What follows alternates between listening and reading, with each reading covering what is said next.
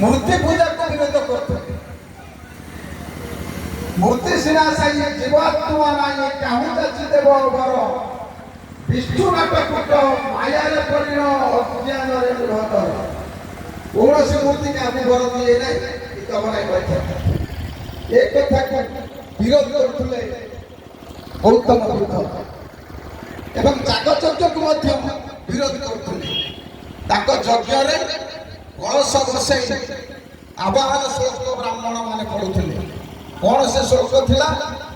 ଗଙ୍ଗେଶ୍ଚ ଯମୁନେଶ୍ଚୈବ Saraswati Sindhu Kaveri Narmade ଗୋଦାବରୀଶ୍ଚ ଜଳେସ୍ମିନ୍ କଣ୍ଠେ ସନ୍ନିଧୌ ପ୍ରବିଷ୍ଟ Kuru.